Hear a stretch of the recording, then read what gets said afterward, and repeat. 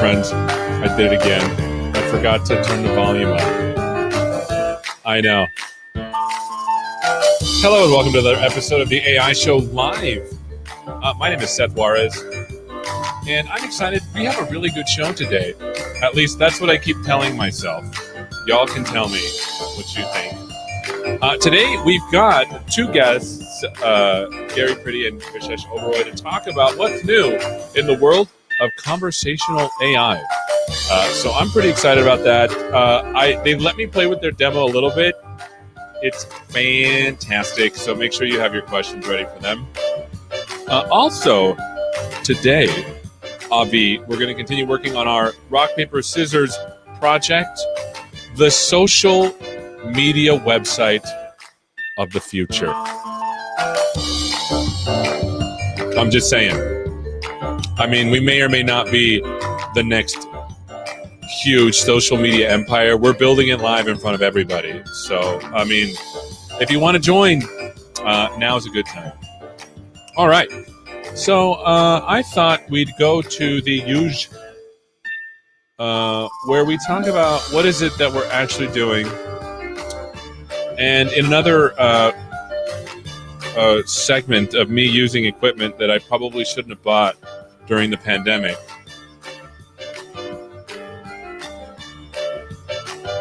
we are going to review what we're doing today. By the way, where is everybody coming from? Let me go over here and see where everyone's coming from. I couldn't get that out. Where everyone is coming from. Hello, Ivana. We're so glad you're here, by the way.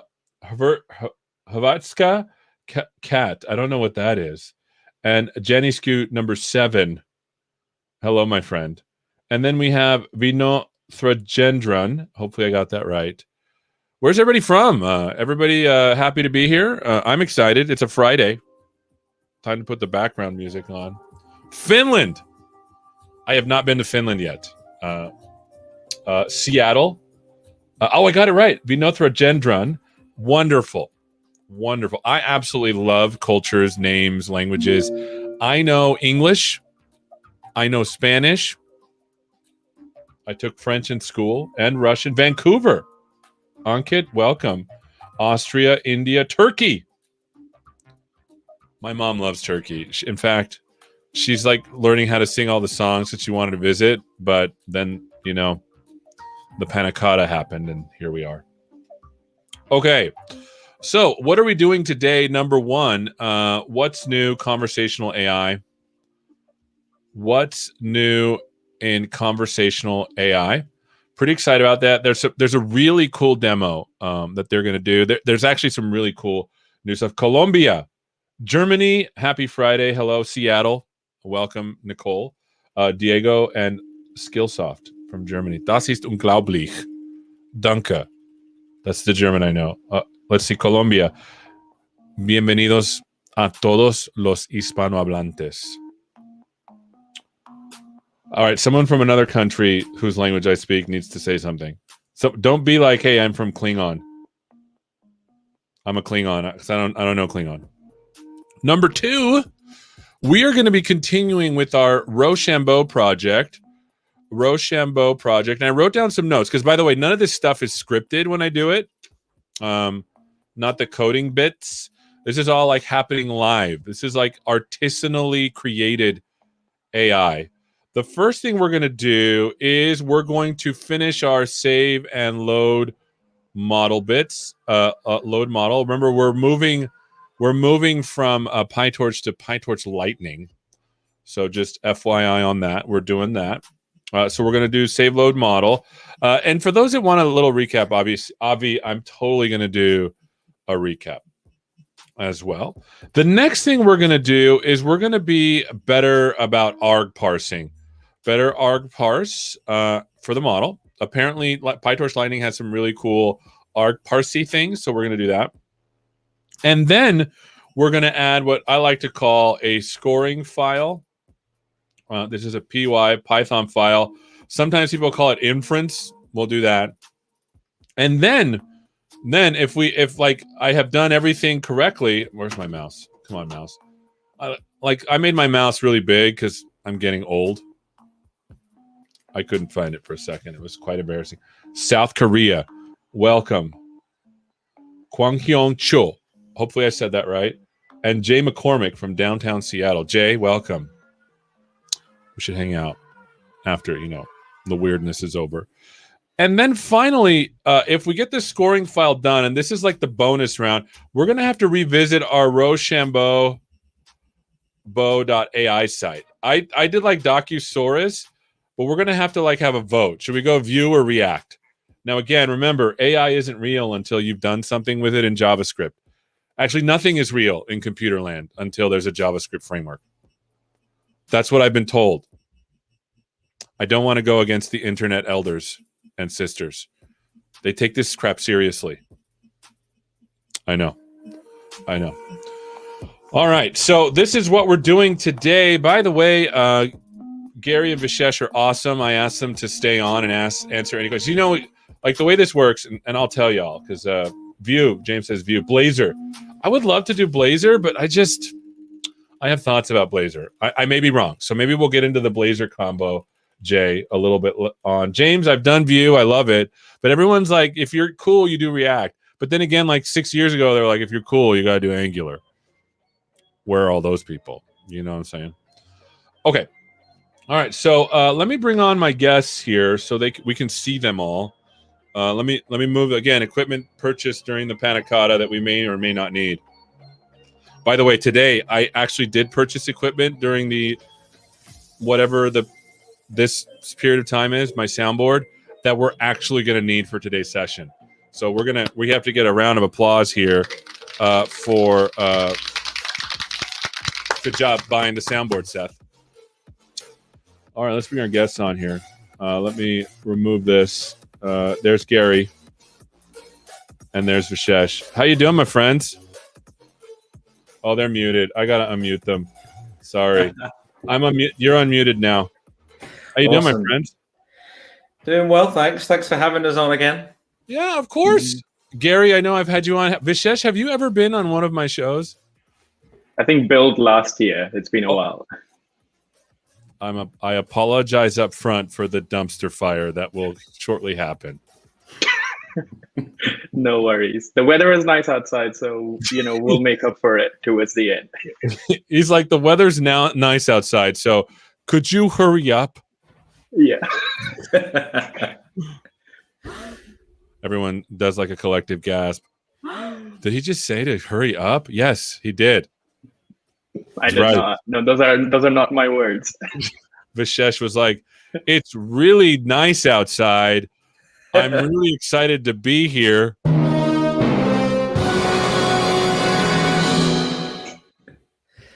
I get it, Vishesh. We'll hurry. Sorry, today's Friday. I had an extra long week, so if it's extra goofy, apologies. But during the actual segment, we have to be serious, right? So let me get this because they pay the bills, they get mad at me. It's Brenda from marketing. I'm scared of it. She could hurt me. I'm not kidding. She's watching me right now, on the Teams chat. Oh no. I know. So hopefully she went up to get a sip of water right now, because fingers crossed. Fingers crossed. All right. So friends, some instructions as we do this. Look at the camera the whole time. Unless you're doing your demo, and right when you're about to do your demo, I'll just be like, hey, because friends, we have 2 demos today from 2 different people, which is fantastic. Just be like, hey, I'll be like, so can you show us? You'll be like, sure. Then just stop talking, get your thing up and say, okay, I'm ready. And then I'll be like, okay, go. And then you'll be like, so what you see here, Seth? And that way, when I edit out the awkward parts, there'll be nothing left. Just be like a 3-second. That's true. I'm just kidding. Oh my God. I'm so sorry. I don't know what's happening to me today. All right. So what I'll do is let me take this. I'll be like, hey, and I got to go over here and push this. I'm going to say, you're not going to miss this episode of the AI show where we talk all about what's new in conversational AI with my good friends, Gary and Vishesh. And then I'll do that. Okay. And then after that, I'll be like, hello and welcome to this episode of the AI show. We're going to talk all about what's new in the world of conversational AI. Gary, and make sure. Oh, I gotta push some buttons here. Sorry. Your names aren't showing up anymore. No! Oh my gosh. I'm like pushing all the buttons and nothing's working. I'll be like, Gary and Vishesh, can you introduce yourselves? And then I'll start with you, Gary, and then we'll go with you, Vishesh, and then we'll go from there. What do you think? Sounds great. Okay. So, all right, time to be professional. I'm gonna move my drink so I don't break anything. Here we go. But for some reason, your titles aren't showing up. Why is that? Like I demand my title be I know you should demand it. Gary? Dang it! I need that one extra Twitter follower. There we go. Wait a minute. I think what happens is when I show the banner, it goes away. Okay. Right. Gosh, this is just. Again, for everyone watching, this is what you get. Okay. I know my mom logged in twice. So, hi, Mom. Twice. Okay. Now we got to be serious. Okay. Here we go. So let me put the thing up there, and then let me get I got to get my finger on the bumper. So banner 2 bumper, banner 2 bumper, banner 2 bumper. You ready? Ready. You're not going to want to miss this episode of the AI Show where we talk about what's new in the world. Oh, gosh, I'm horrible at this. Okay, we got this. Okay. You're not going to want to miss this episode of the AI Show where we talk about what's new in the world of conversational AI with Gary and Vishesh. Make sure you tune in.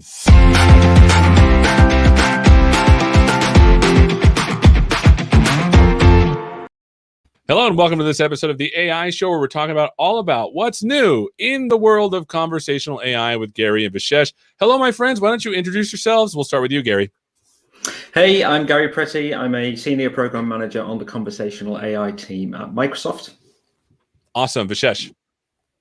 Hey, my name is Vishesh, and I am a senior program manager on our Azure Cognitive Speed Services. Wonderful. So when we talk about conversational things, I usually think of the word bot, but at Microsoft, we have an Azure Bot Service. We have a bot framework composer, amongst other things. Can we maybe get a little situated on what both of these things are and how they work together? Can we start with first the bot service? Vishesh. Yeah, so Azure Bot Service is essentially a hosted service in Azure that allows you to build bots, publish them, and share them across various channels. So you have a bunch of channels and a bunch of developers out there already use it for text. We're seeing a lot of growth in voice. We introduced a voice channel called Direct Line Speech about 2 years ago. And we're just expanding the portfolio of channels that are out there. So, apart from Facebook and Teams and all the other channels you've got out there, we're introducing a new modality that we'll talk about. So I'm very excited for that. Awesome. So the bot service is a way to channel conversational things into multiple channels. Am I getting this right, or is it more than that? It is more than that from the perspective that you can also manage your entire development workflow. You can host it. You can, make it multi-regional and so on. So there's a lot more to it, but the biggest value prop is the fact that we have these hosted channels where you can easily build your bot and expose it across multiple channels. That's awesome. So what is actually new? What is the newest thing? Vishesh. So the newest thing here is what we're referring to the telephony channel in the list of channels. So the telephony channel is a way for you to expose your bot over a phone line. And the most common scenario that a lot of customers have been asking us for the last few years is how can they integrate their bots within their contact centers as one of the key scenarios that we're trying to focus here to really make the experience much nicer, sound nicer, and also create a much more natural language infused interaction, which typically, if you call contact centers today, is not always the case. So you said telephony. So I'm assuming that literally a channel where you can talk to things with sound. Am I getting this right? Absolutely. So we introduce speech to text. We use the bot to compute the logic, and you can use the rest of cognitive services to process that language. And on the way out, you use text to speech. And in fact, one of our state-of-the-art neural voices to sort of talk back to the user that's on the other end. It feels like there's a lot to stitch together. Is it hard to do? It's not hard to do, but given our platform strategy, we're providing a lot of Lego blocks. It gives developers full flexibility based on what their modality is, based on what their contact center setup is, if they have one or not. So we provide lots of options, and that introduce a bunch of Lego blocks. Awesome. Well, I feel like I want to take a look at it. Can you show us how it works? Yeah, absolutely. Why don't we share my screen? All right, so let's make sure I got your screen here. Add to stream, and then okay, go.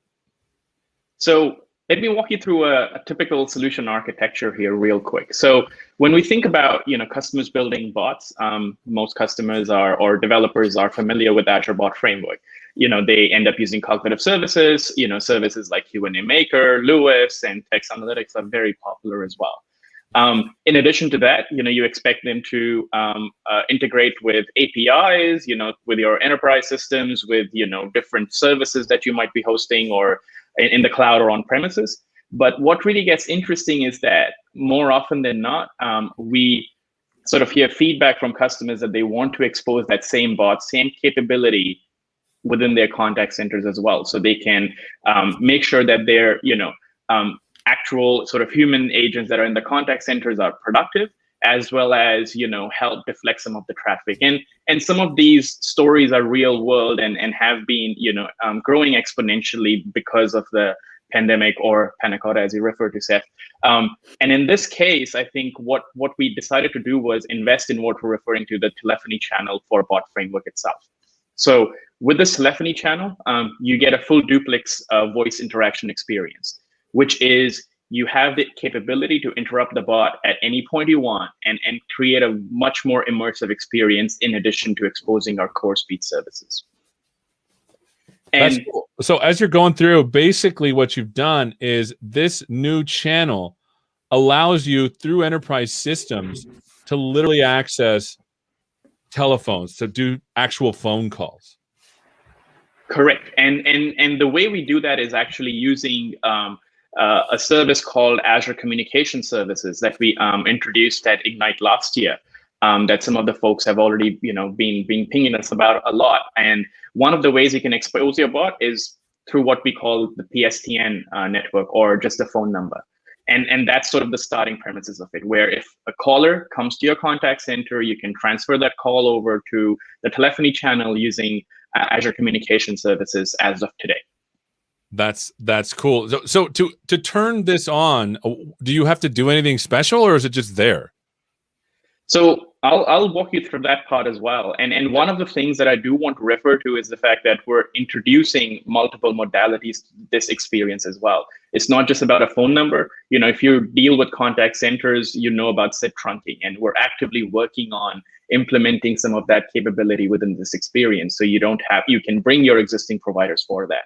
In addition to that, we've got a very rich ecosystem of ISVs that are out there, building really great software to integrate and create, gateways from contact centers to our speech and bot services. So we will be working with them through the API modality, or MRCP being one of the more popular ones as well. That's cool. That's cool. I'd love to see this in action on Azure. Is that possible? Absolutely. So I'm currently on my GitHub repo here, and if you scroll down, you'll notice that it's actually fairly simple. All you need is sort of 4 steps, and one of them being creating your bot. Luckily for me, last night I created a little bot just called my web app bot. It's fairly easy to search for and create one. And one of the things that we've introduced within this bot service registration page is one of the new channels that I was referring to, which is the telephony channel in this case. If I scroll down, it's right there at the bottom. And as you come to this creation experience, we're in public preview, so just a little caveat, and we'd love to hear your feedback. You'd notice that there are some fields here to be filled in with some references to ACS. Now, ACS refers to the Azure Communication Services that I was referring to earlier. So let's go off and create a quick communication services resource.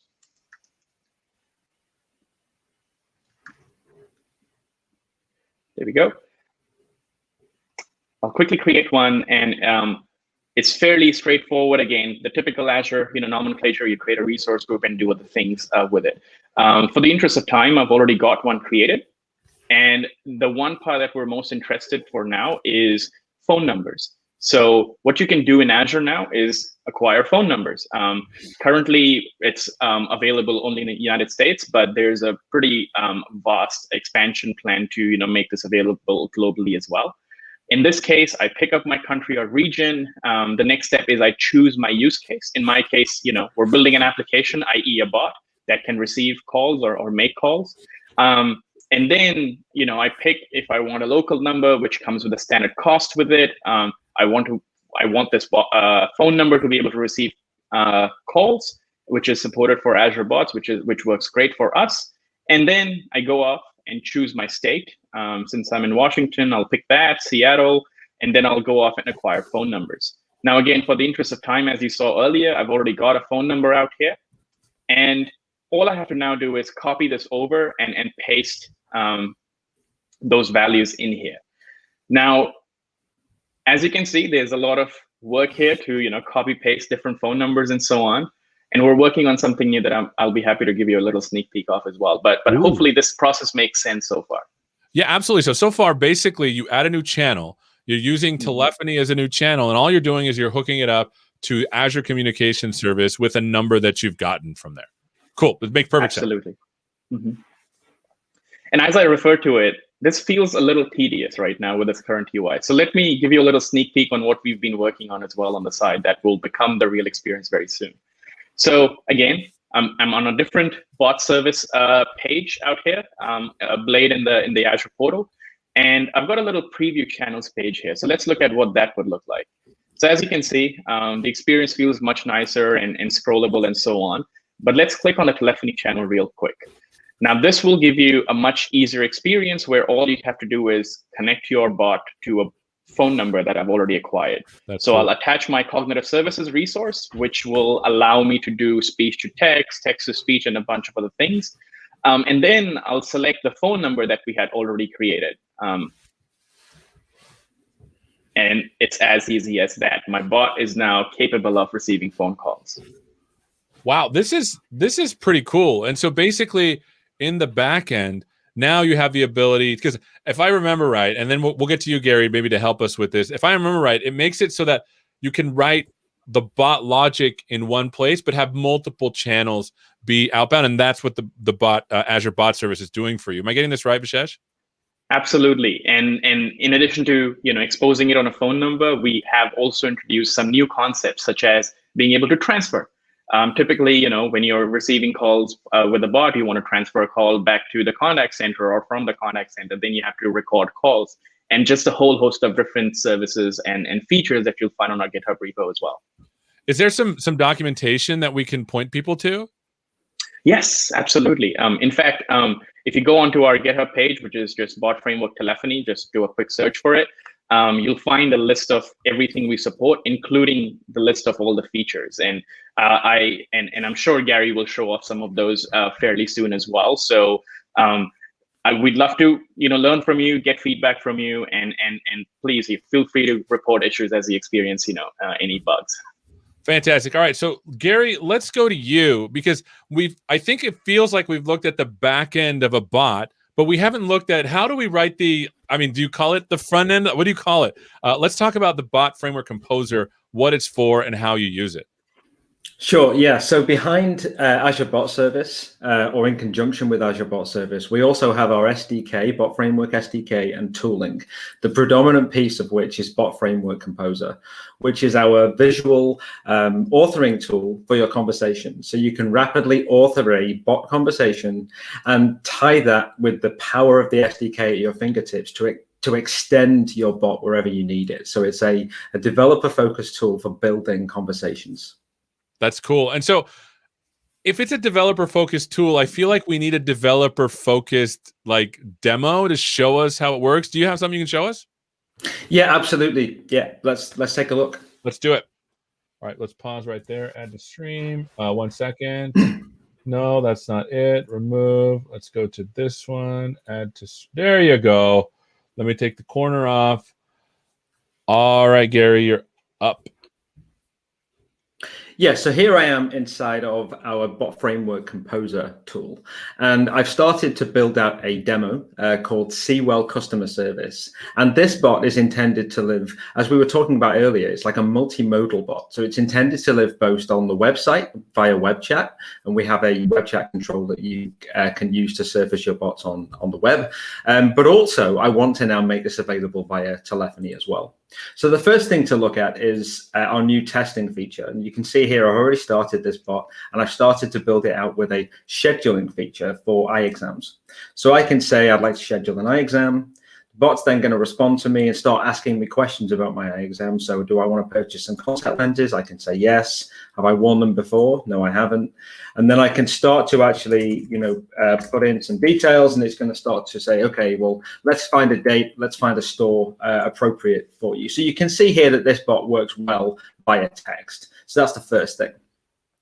So previously, up until sort of a recent release and the arrival of the telephony channel, Composer and the bot framework, primarily you were building for text-based channels. We did have direct line speech available as a channel, but really we've been working behind the scenes to make sure that Composer can really light up the ability to author rich speech-based experiences right at your fingertips.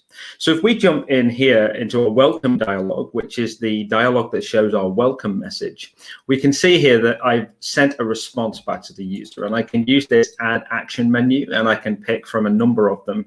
And here I'm simply sending a message to the user.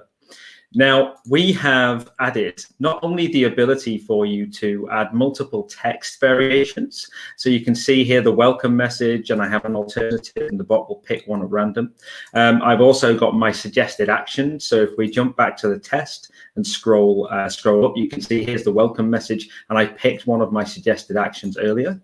But I can now, thanks to our new speech feature, I can add a speech variation. So let me grab my speech. So I can now add a speech variation right here into the bot. And you can see now that my response now has a text variant and a speech variant, which means that depending on the channel, the bot will just do the right thing. So if you called this bot via the telephony channel, which we're going to show in just a few minutes, then it's going to use the speech variation. If I'm using it via the website, then I can use text. Because we make a lot of this idea of write once, run everywhere.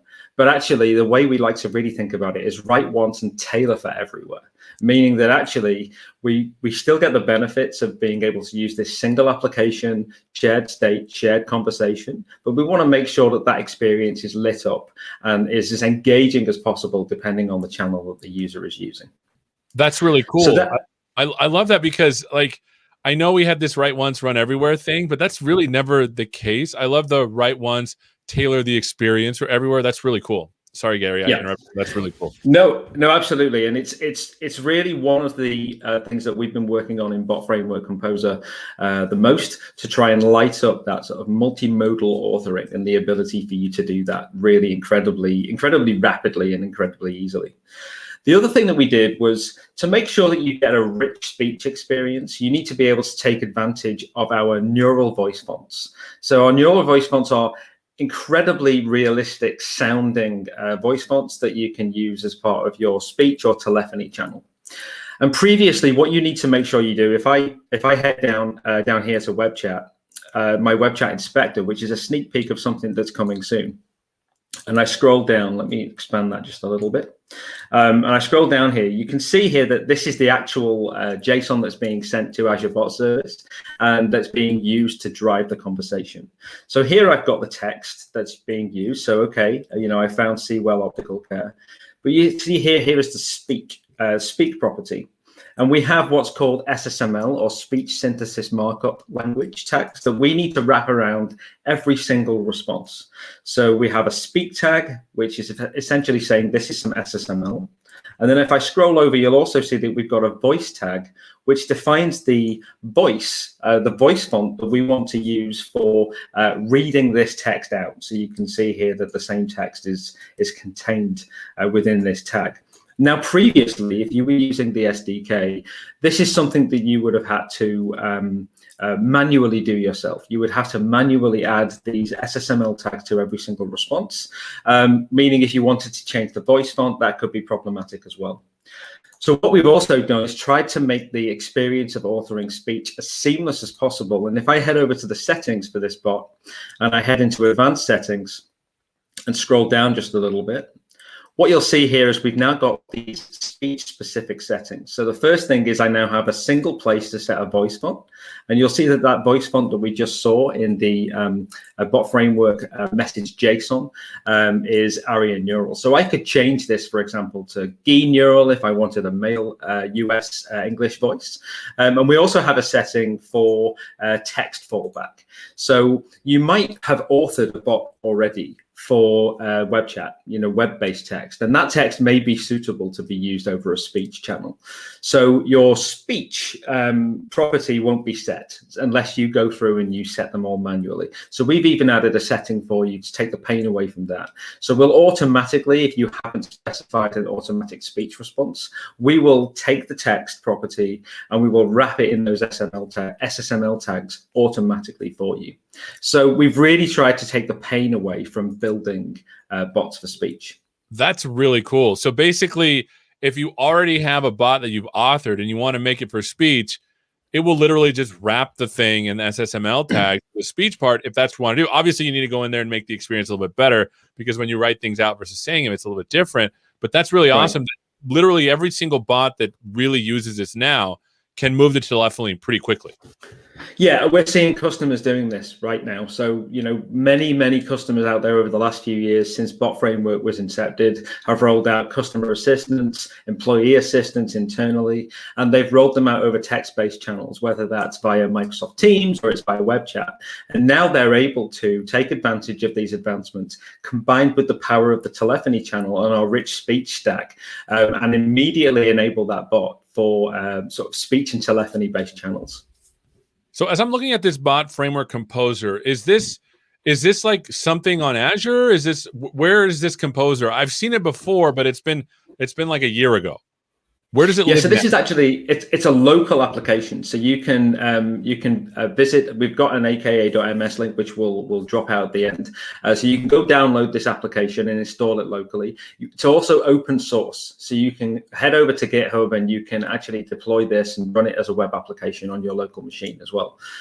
So it's an Electron app, but it integrates with all of the key cognitive services like Lewis for language understanding, Q&A Maker for question and answer capabilities, and speech.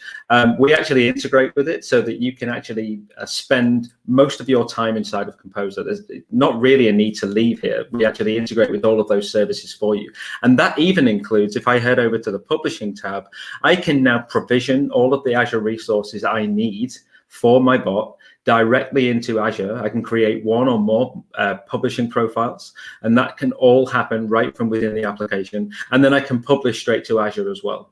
So it really is a one-stop shop for conversational application development. That's really cool. Now, I imagine that there's a lot of people doing bot stuff. Is there a way to package up your things and maybe share out? Or I'm trying to see, there's got to be certain flows that are so common that people can share them. Yeah, absolutely. And this is something else that we've been working on. So let me just jump over to this new icon. And you can see this in our nightly builds now. This is our package manager.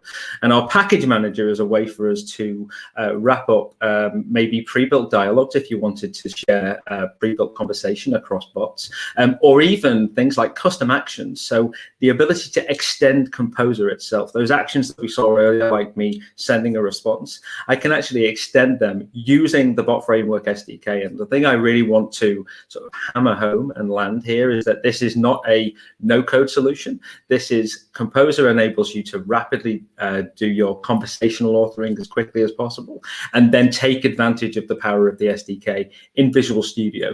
Because underneath Composer, underneath every Composer project is a real application, and you can open that in Visual Studio or Visual Studio Code and extend that as you need to.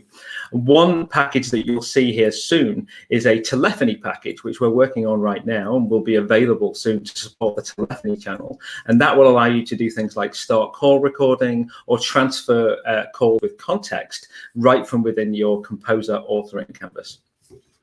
This is amazing. Is there like a demo that I can? Is it? Has this been published? And can I call it? That's the question. Absolutely, yeah. So why don't we have you try and call this bot, and we can show everybody how it works. All right, I'm gonna turn my phone on here. So let me turn it up so people can hear, and I'm gonna dial the number. You should be able to hear me dialing, but I'm not gonna tell you the number.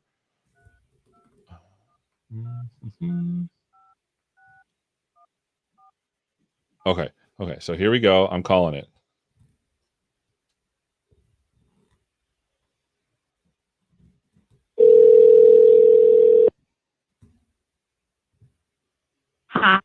Hi. Thanks for calling Seawell. In just a few words, can you tell me why you're calling today? I'd like to make an appointment, an eye exam. Sure.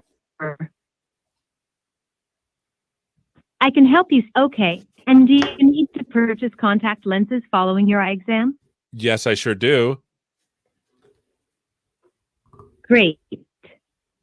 Have you worn contact lenses before? Yes, I sure have my whole life. Let's find a store for your appointment. Can you give me a zip code? 98008. Okay. I found Seawell Optical Care located at 900 Bellevue Way Northeast in Bellevue, Washington. I'm going to hang up there because I think that was pretty cool that I was able to call it. Obviously, my phone, for some reason, I must be really far in the undergrounds of Bellevue. I don't live in Bellevue, but still, but that was pretty cool. Like, but here's a question. Here's a question I have, and hear me out here. And maybe we're going off script a little bit. What if when I call it, does it have to say everything it has to say, or can I be like, "Excuse me, ma'am"? Yeah, so that's a really good question. We have a feature called bargain, which many of our competitive platforms don't. And maybe Vishesh can touch on that a little bit more. Yeah, like bargain essentially is also known as allow interrupt. So, there are two sets of use cases. One is sometimes when you're calling up, your insurance company, you do want to play a message without allowing the customer to interrupt. For that, you switch it off. And then for scenarios where maybe you've called the eye clinic too many times and you just haven't been, you've been changing your appointments all the time. So you know the flow already, and you just want to barge in when the bot is talking to you and just get your thing done. So the way we do that is by offering this full duplex channel, which allows you to sort of listen as well as speak all at the same time with this telephony channel. So I can call and interrupt, and it'll be okay. Sorry, Gary. Right. So you can call. You could call the bot back, and when she initially says to you, how can I help you today? You can just say, I want to schedule an eye exam straight away without her letting her finish, and that will show you how the interruption works. I'm gonna try it. Okay, here we go. I'm gonna call it and interrupt here. I'm just gonna redial from where I was before. Here we go. I'm gonna interrupt a robot. I feel really bad. There we go. Hi. Excuse me, I'd like to schedule an eye exam. Sure. Okay. And do you need to purchase contact lenses? I see. So basically, I hung up on the robot. I don't feel bad, right? But basically, I just interrupted, and it knew where to go from that flow. Am I getting that right? Yeah, absolutely. So it was in the middle of a prompt, and regardless of whether or not you let the prompt play out, the next time that you talk to the bot, then it's going to pick up where it knows you are within the conversation. And, this is a really simple example. We can, using the power of the bot framework and the SDK and Composer, we can enable other things like global interruptions, whereby at any point you could say, hey, I'd like to speak to a real person, or I'd like to speak to a human. And we could do that via traditional DTMF tones. So maybe at the beginning of the call, we've all heard it might say, to speak to a human, press 9 at any time. And we can enable that sort of global interruption, or even a natural language global interruption, where you just say, even in the middle of that schedule, the booking flow. Let's say you remember that you needed to change something. You could actually say, oh, wait, no, I meant tomorrow. And we can actually use Composer to really easily build in those interruptions and these really quite complex conversational paradigms incredibly easily. That's really cool. I felt a little guilty interrupting your bot, Gary. I just want to say that.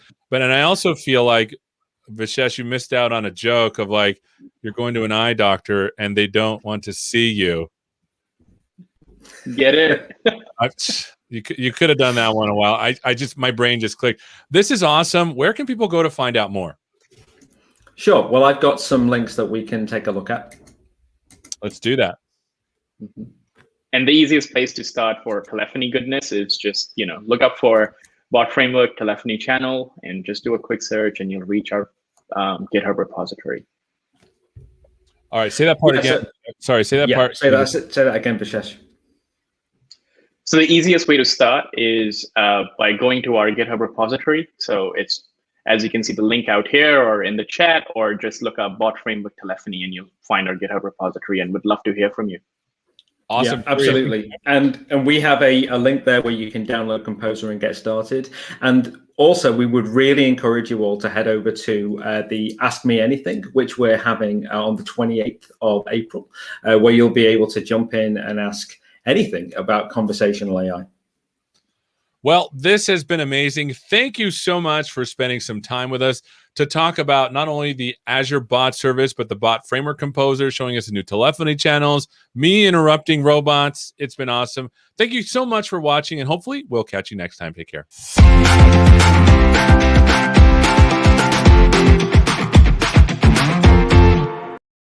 That was cool, guys. All right. So, by the way, everybody, I've asked these wonderful gentlemen to see if they could stay afterwards to answer any questions, and they have graciously said, but of course. So let's go through the questions here, because there's been a lot here. First of all, here's someone saying amazing. Yeah, I know. Sorry, like when I called, for some reason my phone was being weird, because did you hear it like breaking up a little bit? Yeah. I was like, Is this me? Is this me, or is this? It was me. It was me. Yeah. Gary, it's never you. With a name like Gary Pretty, how could it ever be you? Ever. It was amazing. Even Microsoft developer was like, what up? Yeah, here's a scary thing, and maybe we should have done this for the demo. I have a voice font. I don't know if people know this, but for a demo like 2 Ignites ago, I made my own voice font, and so it could have been like me responding. That would have been. So we should be able to call Seth, right? Like we should just expose exactly. the bot. It should be just like ask Seth. I'm just saying, maybe as part of the AI show, I make a call Seth for bad dad jokes and yell at him. That way you can just get it all out on my bot and not me. You don't have to wait for the AI show. You'll always be there behind a phone number. That's scary. Kevin's saying it's very nice. Yeah, this is really cool. We're getting a lot of hand claps. Felipe, he really likes that. Let's see. Here's another one from Ivana. This will work perfectly with mixed reality hologram bots. Yeah, imagine. I love that. I know. Imagine trying to control stuff with commands and voice and having the entire framework able to do that for you. That's really cool. Yeah, and that's the great thing about the updates in Composer, right? They're empowering you to build great experiences with the telephony channel. But just the other day, I built a bot that worked on web chat, Alexa, Google Home, the telephony channel, and it's crazy. So speech applies to a lot of different channels. Now he's just showing off. It's like let me put some background music just to make it sound like he did something heroic. Tell us all the stuff you built it on. Go. Alexa, Google, web chat, WhatsApp. I feel that, man. Yeah. I feel pretty good about it. Yeah, it was almost like a special moment in a movie. I built it on Alexa. I built it on a regular telephone. Call it. Oh. Yeah. It's Bot Framework Composer, the movie. Yeah. I'm going to play myself. Here's a Bot framework guru, Composer has an HTTP request action which can be used to call virtually any web API from your bot. Bot Framework Guru is doing our job for us. Oh, I my mean, that's true. Yeah. Okay. Here we go. Thank you from Ivana. Let's see anything else we've got going on. By the way, from Microsoft Developer, if you want to go to the Ask Me Anything, please go to that. They'll sit there and answer any questions. You're not going to be sure if it's them, though. No, that's not true. We have some ethical things that we do with bots that you have to identify yourself as a not a. Yeah, we're slowly replacing everybody at Microsoft with virtual assistants. This isn't real, Seth. Everyone's like, I hope not. You're a weirdo. All right, here's another one from Kevin. With the bot framework, can we integrate models for recommendation or to recognize domain-specific knowledge, like medical acronyms? Yes, you can. And I think the important thing, as we try to land in the main segment, is the fact that Composer just sits on top of the Bot Framework SDK, which is incredibly powerful. So if you want to add some middleware to your bot to call an API on every single request, if you want to call an API from within Composer and within your conversational flow, you can do anything. It's a web application essentially. And in addition, often, we hear customers say, hey, how do I improve the accuracy of my speech recognition or, speech to text response that I get? And in those cases, you can actually build custom speech models. And medical is a very popular domain. So I'd highly encourage you to look up custom speech and reach out to us if you need help. But you can create customized models based on the specific domains you're dealing with that are not part of the everyday English that, we're having a good banter on right now. I love it. I mean, look, I see AI as a really good tool to help support and refine the work that we do, right? Not necessarily create and define. That's different, right? Oh, that's like almost a catchy. Hold on, I'm gonna do with some background music here. Some background music. Here we go. AI is to help support and refine the work of humanity. Not create and define. That's still us. Man, that was good. Did anyone record that? Oh, I'm recording it. I'm recording it. Okay. Any other questions here? Let's see. Go Gary. Oh, sorry, I did that one. Go Gary. Good job. There you go. We did that one. Seth AI, yeah, could come with that. Yes, I am here. My friends, to support and refine. Okay, I've used that one too many times. You best stop, because Netflix are going to be on the phone. I know. Right. Well, they're going to read a lot and not real me. All right. Well, thank you so much, my friends. You have been awesome, and this has been super cool. I am really excited to go make my own with my own voice. Maybe we should do that for some of our shows. I'm still making my Roshambo, but maybe I can make a support chat for Roshambo that literally calls me and I'm like, hello. Well, we would love to help you. So you just reach out and let us know, and we'll be there. You got it. Here's another question before you go. Do you have any predefined models for restaurant business? I'm not sure if Lewis has any predefined models. Do you know, Vishesh? Yeah, I think not specifically for restaurants, but there are sub-segments. So you can look at predefined, pre-built entities, we call it. So for things like numbers and, for addresses and so on. So, if it's not the entire domain, but there are specific Lego blocks that would be available as pre-builts. Yeah, awesome. And you can build your own custom recognizer as well for Composer and Bot Framework. So as I said, it's very, very extensible, and we have a ton of extensibility points where you can plug in your own capabilities. Awesome. And as you can hear, I have introduced the walk-off music, my friends. It's time. That's weird. It's funny. I'm gonna walk. And you make it louder, and it's uncomfortable. All right. We'll see you guys later. Thanks so much. We'll see you. Thanks so much. Bye-bye. Bye. All right, my friends. That was amazing. Let me. There you go. Let me add this back for our work today. That was cool.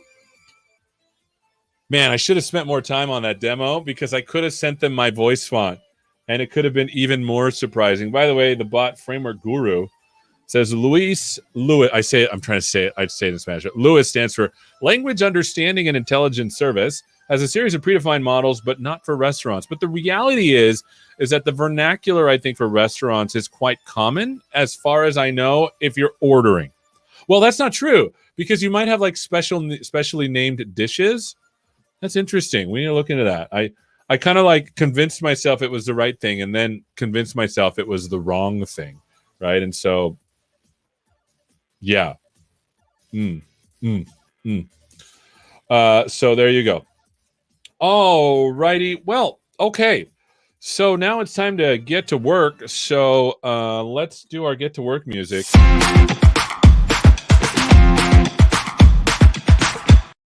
All right, we're gonna work. If I don't play that, I've never played it. But here's the thing: I'm gonna be honest with all of us. Like, they made these cool bumpers because I asked for them, and I need to use them.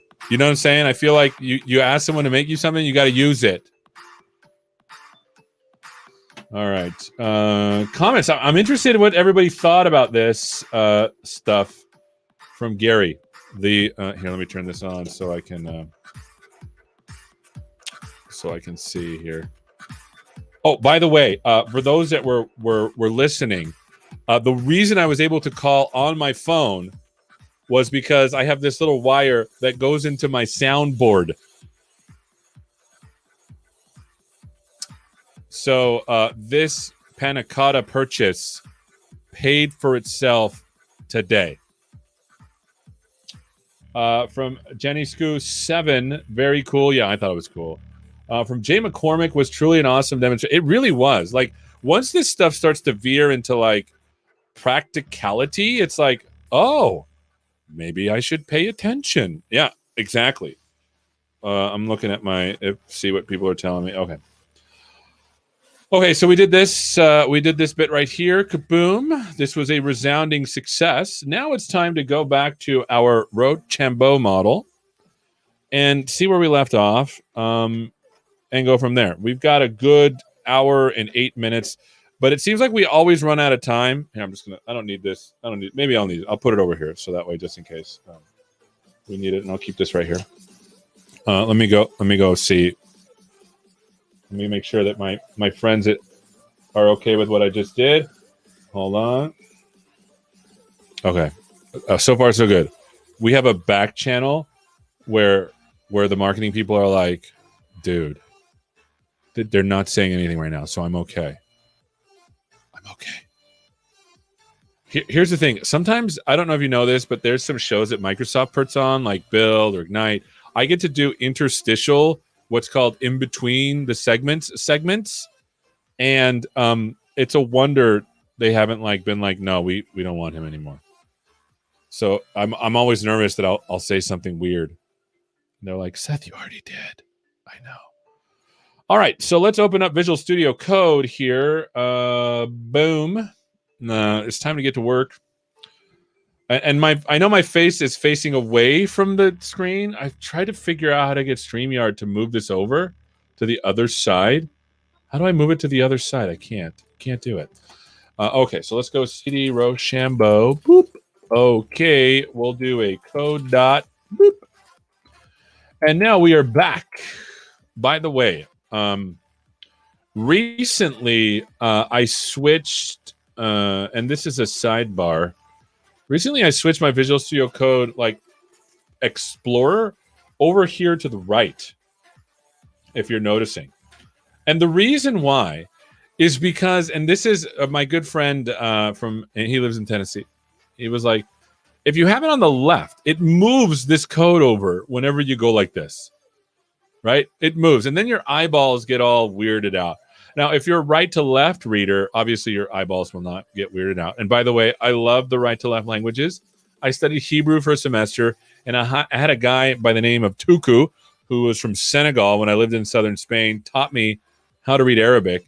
I would go to his house, and we would read out of the Quran. I know it's Ramadan, so happy Ramadan to whoever celebrates. I think you say Eid Mubarak. I think that's what you say. If you don't say it, correct me. Tell me in the chat. But they would sit there and just laugh at me because my pronunciation was so bad. So right to left. But anyways, I have this over here so that my eyeballs do not move around. And what we were doing, if I remember right, is we were moving this whole sitch that's kind of messy over into more, how shall I say, prettier code. Okay, let's see what they're saying in the teams here. So I want to make sure. I don't want to. They might be like, hey, you forgot something, and then we got to redo it. Okay, no, good. Okay, so here you remember we actually rebuilt our entire model and put it into a PyTorch Lightning module, and it was just better. I mean, this as a programmer, doesn't this just look better, right? And then so there's our model, and then for our data, here's our data, and this to me is just. This all just looks much better to me than what we were doing before. The one thing that we did miss out on. Let me go to my. I think it's in train. So open to the side and move this away. So the one thing that we did miss out on in this is I had two transforms, one for the training data set and one for the validation data set. But I kind of just undid that. I hope that's okay. I think it's okay. I think because the difference here is the random horizontal flip and the random resize crop. And this, maybe I need to figure out how to do that. Well, no, I don't want to get derailed. Remember, let's do the thing. Save and load a model, better arg parse, scoring file. Okay, so let's get to it. By the way, if you have any questions about any of this, literally go and ask in the chat, and I will stop because this is not for me. It's for y'all. Let me get a sip of my drink here. This is for y'all. And a reminder, we're building an AI that recognizes me doing rock, paper, and scissors. Okay. So let's get to it.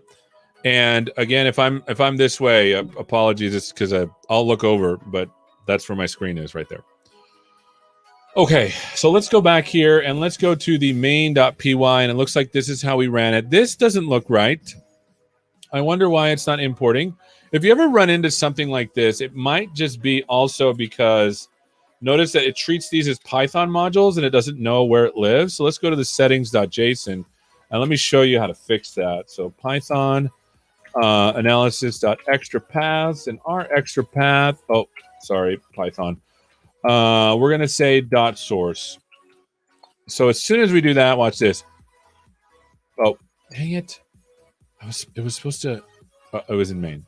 Boop. See, now it's all good. Remember how it didn't, well, I'll do that again because I think I went too fast. No, not score, model.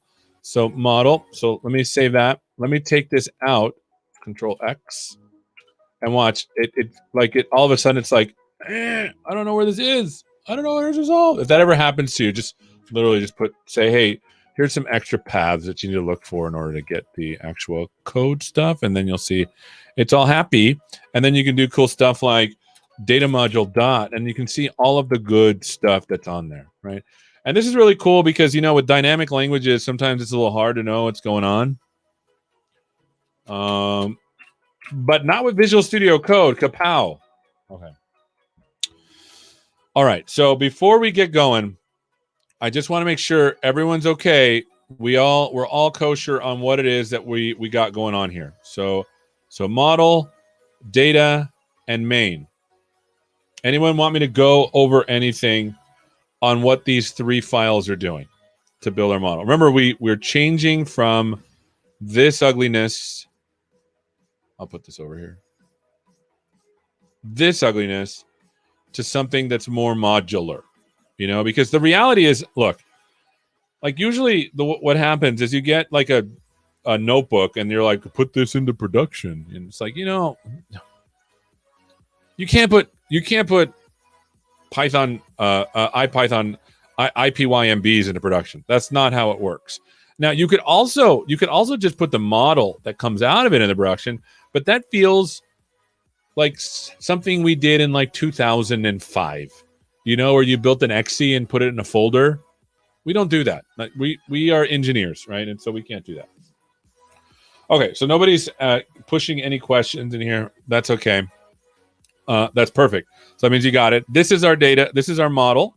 Notice that we're using transfer learning. We're using a ResNet 18 for ours, and then we have a linear.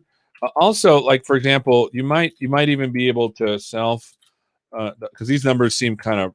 We'll go to the fully connected layer, and I think you can get out features, right? If you're wondering, like this is how you get the actual number, but I just knew it. So that's the out features on the fully connected layer of the ResNet, right? Which is cool, right? So now you know that should work. There's this. This we can take out. Okay, I think let's run it. And let's make sure everything's good. So I'll do this, boop, and then I'll hit F5. And then remember, just as we go through this, you'll start to see everything that's happening, I think unless I have to push more strategic breakpoints, like on the model, for example, I might have to. Oh, there you go. So we'll do F11 here. We're getting the data dir, F10, boop. There's the transform. We're getting the data set, the raw data set. For those that don't remember, the data is coming from here, you know, none, rock, paper, scissors, just to give you who's that guy? Okay. So there are the classes. Remember, there's 4, none, paper, rock, scissors. We're getting the size of the data set. We only have 364 images, which might be, this is bad, FYI. And this is why we want to solidify this training process so that as we get more images, it's easy to make changes in a principled way. The training size would be 291. The validation size is 73. Random split here for the data set. The setup is done. Let's go into here. Here are all the classes that we've got. There's 4. The learning rate is passed in at 0.01. We're using a pre-trained ResNet. Yes, we are. There's the model. You can see it's all up in there. Beautiful. And then we'll do a fully connected layer and a fully connected layer. Okay. Very good. So let's go through here. And let's get the trainer GPU. We're going to do 1. And then we're going to do a fit on the trainer for the model and with the data module. We'll hit F5 and we should hit the forward method. Yes. Booyah. So before, you remember, and this is important, that in our training, we actually embedded in the sequential model the actual non-linearities. These things, my wonderful friends, are called activation. I was going to put action functions, but no, activation functions. What these do is these introduce the non-linearities that make neural networks so powerful, right? Because if you basically look here, let me do some mathiness.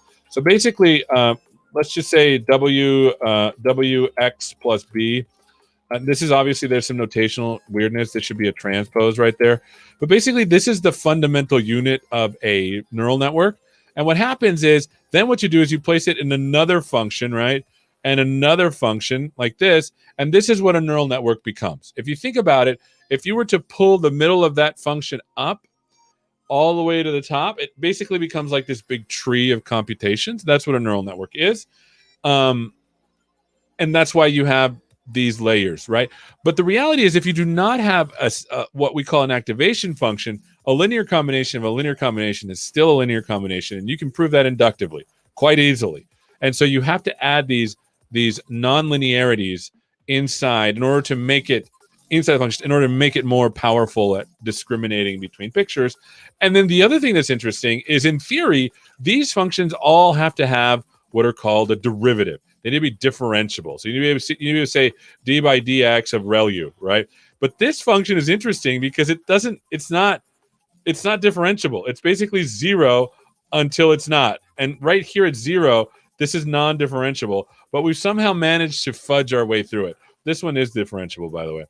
So yeah, funny mathy things along with neural networky things make for crazy time.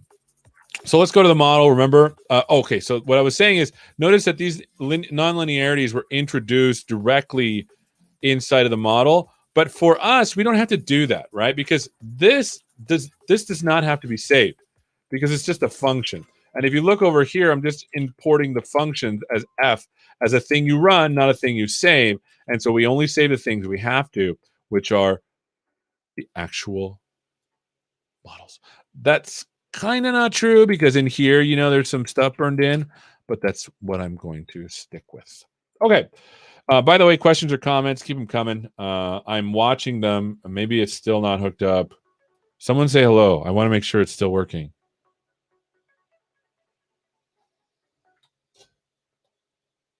I feel like... Hello?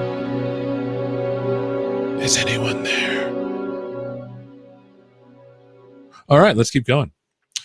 So here is the forward pass on the model. And if you think about it, the forward pass is basically executing that large, crazy function, right?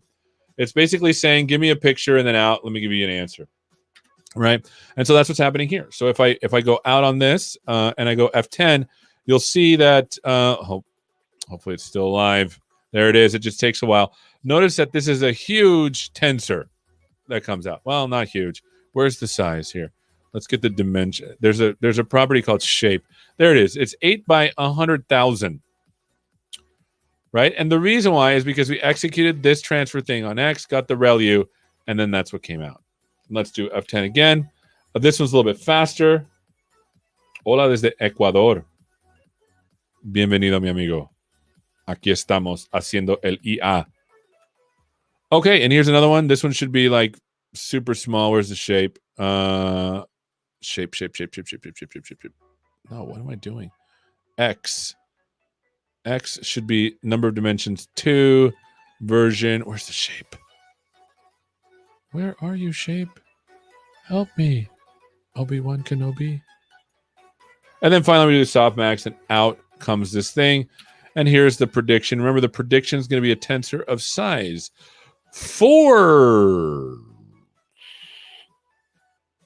And each one of those tensors tell us the probability. Now, I say probability, but not probability. It's not a probability. It's just not under real. I mean, I guess you could. Maybe. I don't know. I'd have to ask this. Maybe I'll ask David Smith. He's our resident R expert and statistician. Him and I have talked about this, and he seems to agree with me. But these are the probability densities of it being the right thing. Would be nice if there was a summary method to see the model layers and shape per layer. There is, Kevin. Maybe we should figure that out today instead of my other stuff if I run out of time. There's a way to do what's called TensorBoard X and show the shape directly inside. Usually you have to look inside of like Netron, but there you go. So there's a loss. You can see the loss is also a tensor. That's the loss. This is the predictions that it's making. It's predicting 1, 1, 2, 1, 1, blah. And then this is the accuracy on the prediction. The accuracy is garbage. And then we have 5, and you can see as we keep going, it'll keep calling forward in this wonderfully big loop. Here we go. Magic is happening. Whoa, validation accuracy went up to 95%. Here we go. So this is happening. Wonderful. There you go. It's using my GPU. You see that? It's like, yep, using my GPU. You're probably wondering what kind of GPU I have. Not the one I want. Let's go to perf, and you can see my GPU is like, hey, yo, I'm doing some work. Hey, yo, using up some RAM. By the way, it's an NVIDIA GeForce RTX 2080 with Max Q design. I don't know what this means, but somebody's going to be jealous. All right. By the way, speaking of workstations, I would love to have. How about this one? NVIDIA workstation. Let's Google it with Bing here. What do we got? Because it's building, right? We just let it do its thing. Oh, hey. Sorry, do y'all look at stuff like this every once in a while? Like, I wonder if I had one of these, what would it mean? It means I could put 1 billion pictures of me doing rock, paper, scissors. Oh, this is concerning though.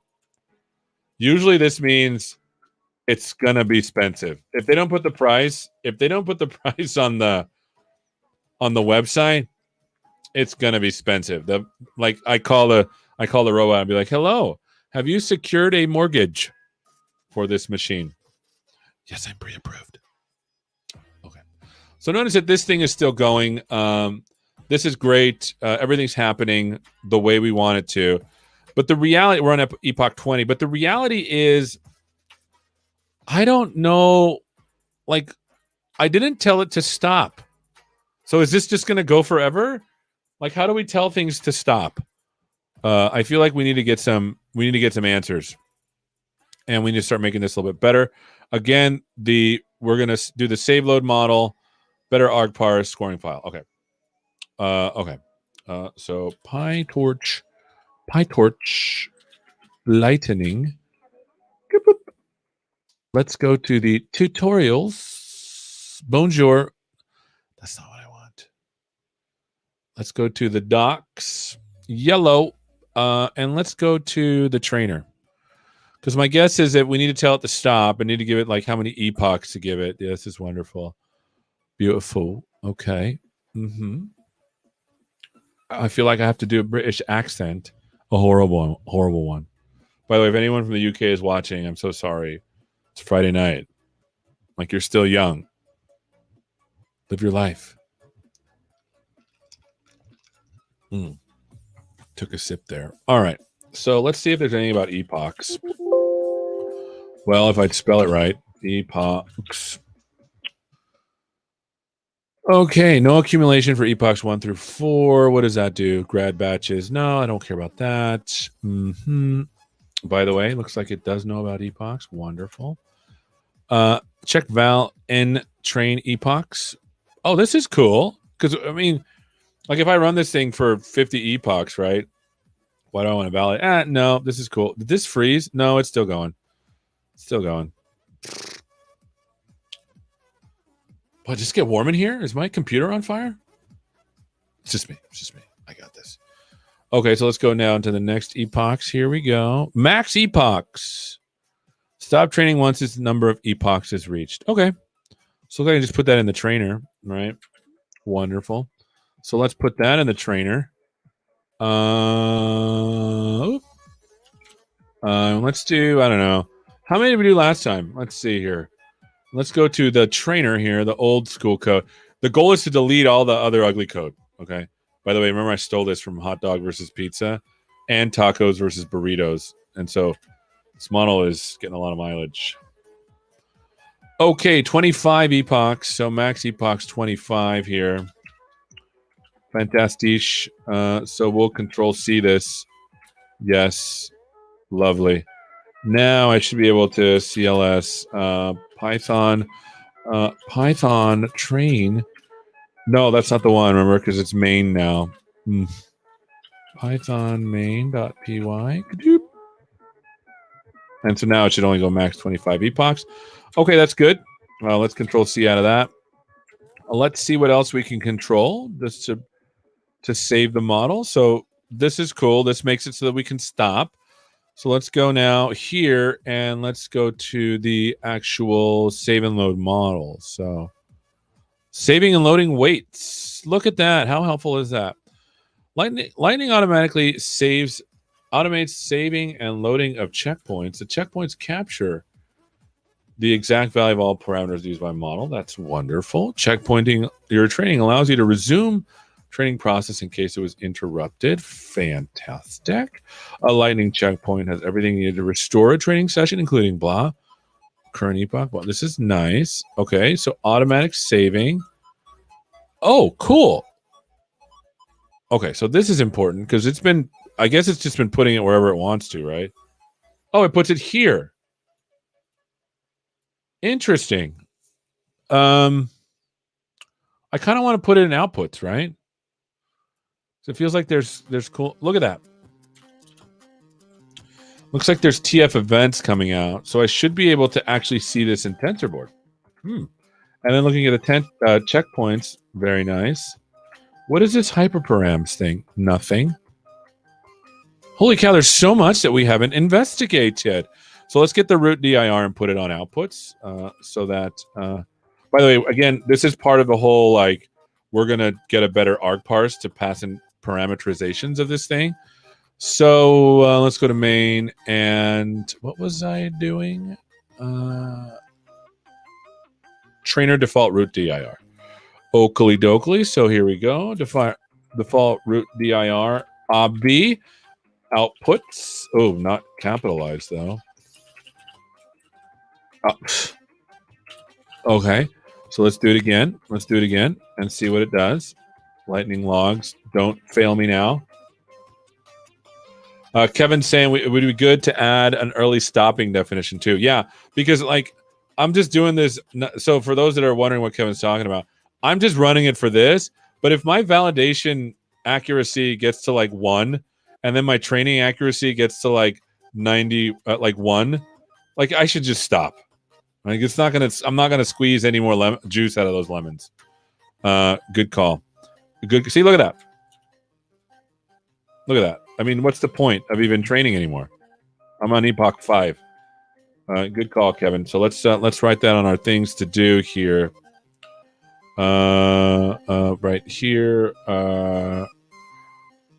We'll do here. Oh, I gotta get my thing out. Let's get this out.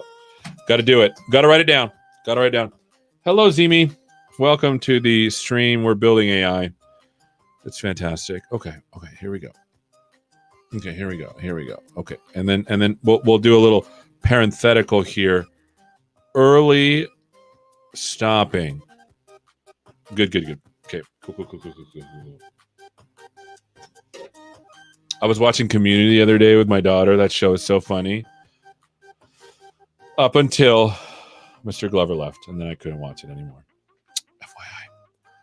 Okay, so this is going. Look, and this is what I'm talking about. It's just nothing's happening anymore. Look at the loss between the training and the validation is literally identical. Literally identical. By the way, that's where the cool comes from. Community. So, oh, by the way, we wanted to see if the outputs are being put in the right spot. So there's the outputs. Yep, lightning logs are in there. Wonderful. So we're putting things in the right spot.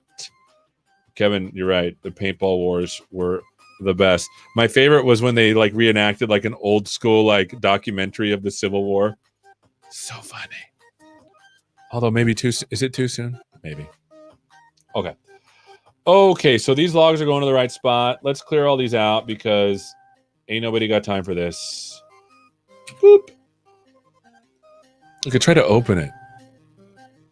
That's cute. I need to stop this. Everything's slowing down. Everything is slow. Okay. I didn't interrupt. It's good. So let's delete these. We don't need these. We've got the logs going to the right spot on the outputs. Wonderful. Oh, it's going to take its sweet time. So we don't need this anymore. So let's get rid of this here. Yes. Delete it. Cancel. Okay, cool. Then we have this. We don't need this anymore. Delete. We'll look into early stopping here in a second. Well, let's just do the save and load model first. So notice that this is doing the training, calculating metric, do the logs. We figured out the logs last time. Do you guys and gals remember Ren and Stimpy from a long time ago? The log song. It's pretty good. Looks like there's a checkpointing here. Oh, this is cool. Model checkpoint. Save top K equals 3. Mode equals min. Well, you know what? Kevin, we might be able to do checkpointing right now. Look at that. What's up?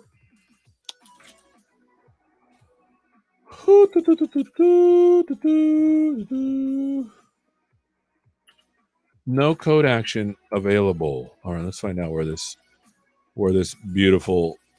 Oh, here it is. What it is. This is just great stuff. By the way, one of my colleagues, Ari, one of my friends, he works over there.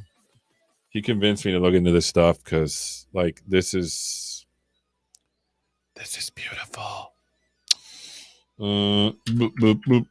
Outputs, and then let's just do, I don't know, models. It's not simple MNIST. It's Roshambo. Roshambo. Boop, boop. Validation loss. Let's do, wait a minute. I think this has to do exactly with what we put out here, which is this. I don't know. Is validation loss better or validation accuracy? Oh, is art was Yvonne, I had never heard of it either until Ari pointed it out. We were working on the same team, and then he did some PyTorch Lightning stuff. He showed me. I was like, this is cool. And then they hired him to lead all their DevRel, and I was like, dude, hate to lose you, but that sounds awesome. Enjoy. Kevin, is Ari going to come back for a lightning talk? Ari hasn't come on yet. He's in Israel, and so right now, 12, 1, 2, 3, 4, 5, 6, 7. I'd have to interrupt his Friday evening. You know, I don't know if he'd like that. I'll ask him. I'll write that on my things to do. Hey, Ari, come tell me my PyTorch Lightning code sucks. So we got validation loss. Let's do validation accuracy instead. Is everyone okay with that? I just closed the main file. That's not what I wanted. Boop, boop, boop. Oh, dokily. And then how do we put this in here? On the callbacks. Oh, and then you can. Oh, this is cool. Okay. All right. Let's try this. Let's do this. Looks like the trainer is like the kitchen sink. All right. Anything that doesn't go anywhere else, just make the trainer do it. It's like real life. All right. So comma here. Love it. Let's do this. Let's run it. And let's see what happens. Everyone, cross your fingers while I take a sip.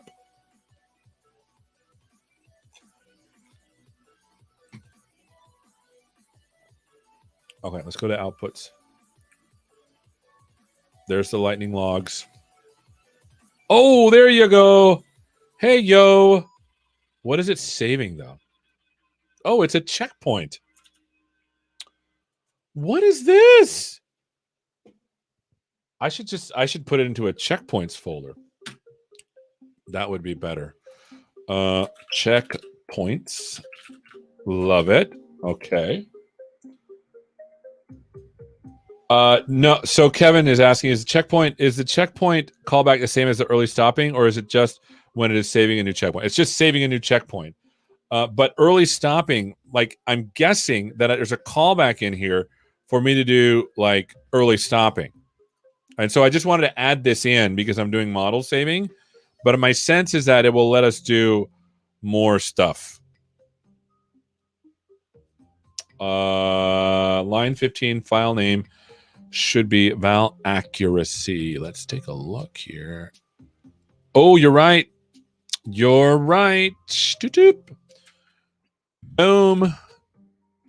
Thank you, Jay, for the assist, because then this looks weird, right? Good call, my bud. So let's do that again. Let's just clear out everything in the folder. Control boop, and then we'll just delete. Go away. Do it again.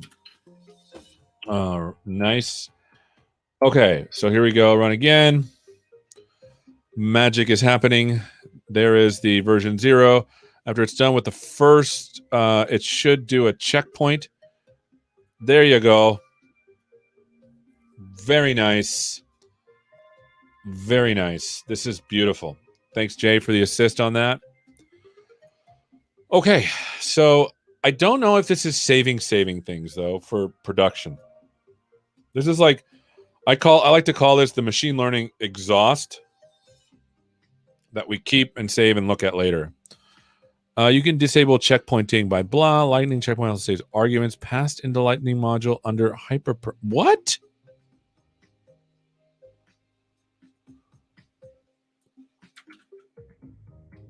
Lightning modules. Okay, so let's go over here. Let's go to the model here. Well, I'll be a monkey's uncle. Let's try that. I don't know what this does. Well, let's run again. Let's clear out everything so that we all know we're starting afresh. And then let's run it again. Here we go. By the way, hopefully those that are watching are like watching me like do. I'm literally building an AI program, and you're getting a sense for like, oh, this feels like Seth's doing actual normal coding. What did that do? Whoa! Look at that! Oh my gosh! Sorry, that was loud. It saved. It saved my parameters that I passed into the module.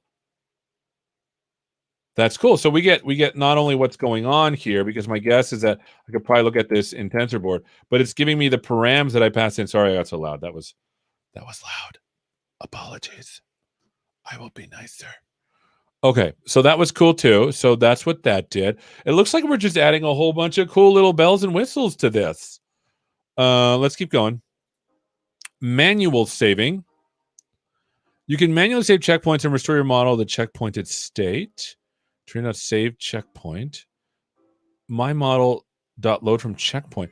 Is this though what we want to? And like I can't like because remember back like I think what episode? We're in episode 8. Back in episode 1, like I was running all this in the browser, and so I wanted to use Onyx. So because there's this Onyx.js thing. Here it is. Because you can basically run Onyx models directly from JavaScript. People don't know this because everyone's like all about TensorFlow.js, which is great. I mean, if you like TensorFlow.js, that's great. I just want to try something different. Oh, look at that. Looks like it's fast using the WASM web worker. And so there's got to be a way to save this thing as an Onyx file. Because this is all good. I like the checkpointing, but...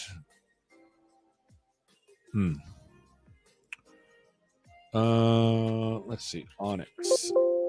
I don't see it here. I think this is all checkpointing.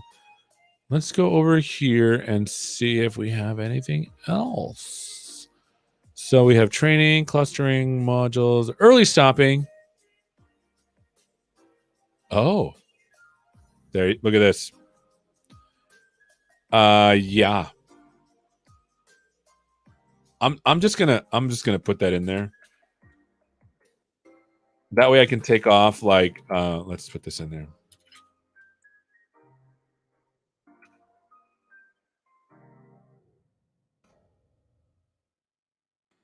I'm gonna guess that we have this. I was right. And then I can do this. So min delta 0, patience 3, verbose false, mode max, and we're not val accuracy, we're val act. Look at that. I can probably take off the fact that we're even doing max epochs. Okay, so that was like a sidebar, but Kevin, I think we're going to do this part. Here we go. Let's give it a try. Okay, look at this coolness. Boom. Okay, hopefully it'll just stop. Because I didn't give it a max epoch. There's the validation accuracy. It's at 83. By epoch 5, it's going to be at 1. So it should just stop. After this one, it's going to shoot up to the 90s, I think. 90s.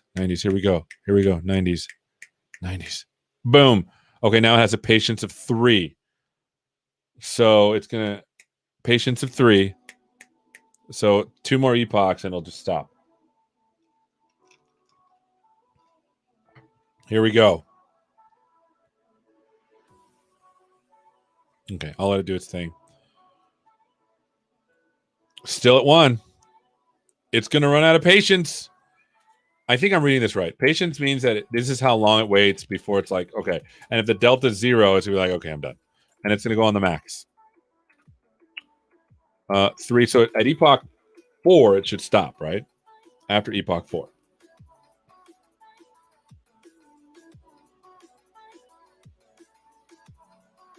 Here we go. Please stay at 1. Still at 1. Still at 1 in validation. After this, just be like, hey, I'm tapping out. I'm not doing any good. This is cool. Good call, Kevin, for telling us to do that.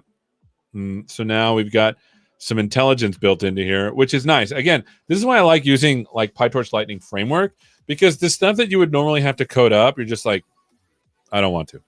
Okay, it stopped.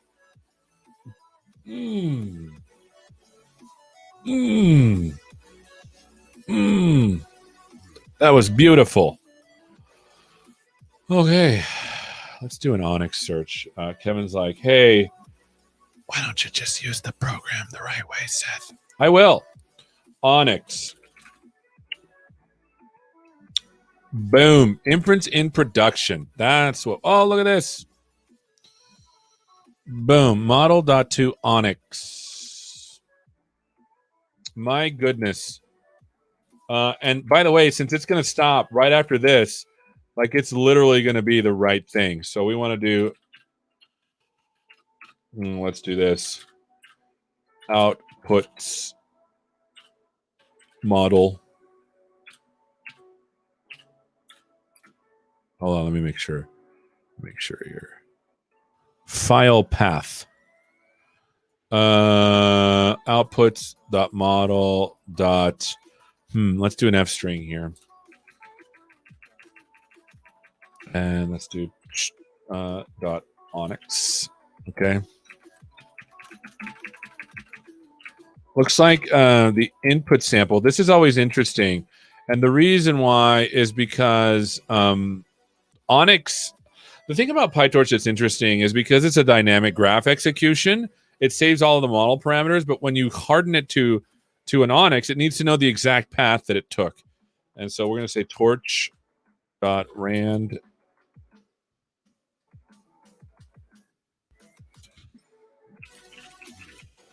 Import torch. Torch.rand, and then we just got to give it shape, right? Is my guess. And I think I'm going to say 1 by 3 by 224 by 224. I think that'll work. And then here for the F string, what we need to do is we just need to do like a datetime.now. Python string interpolation. Python datetime string. Boop. I never remember this. Boom. We are just killing it today. Okay, so we'll just do this. We'll just do something like this, you know. Cool. Not now. Let's see. Where's now come from? Oh, here we go.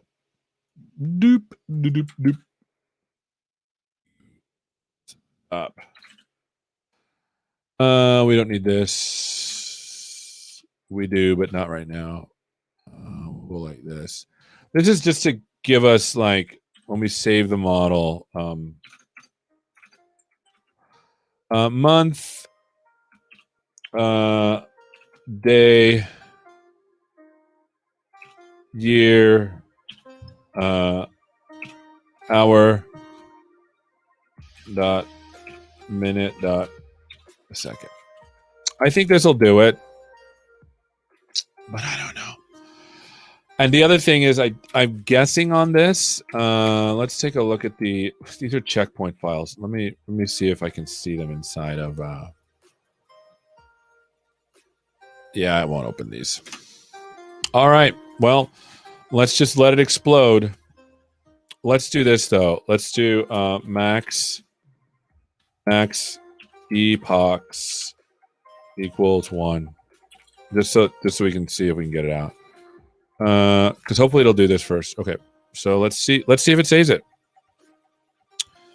Okay, and then we're gonna clean this up. Remember, the second part is we're gonna clean this up with argparse. Okay, yeah, boom on that one. Okay, here we go. One epoch. Here we go. Okay, invalid format string. Ugh. This is so dumb. Let's do this. Let's just F5 this. And let me show you a little secret trick. Secret trick. Go to debug console here. And we're going to say datetime.now. Datetime.now dot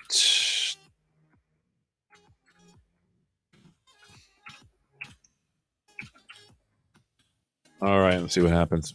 Cool. So this is working. So we'll do day, month. What is that? Okay, month. Dot year. Okay. Cool. Now, should I'm just going to go full European and start with a day first, because that literally makes sense. Or maybe I'll just, I wonder if there's a way to like have the actual.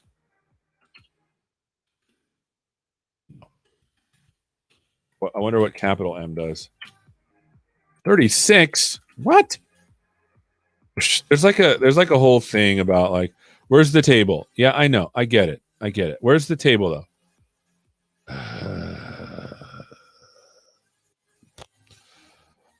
Let's do this.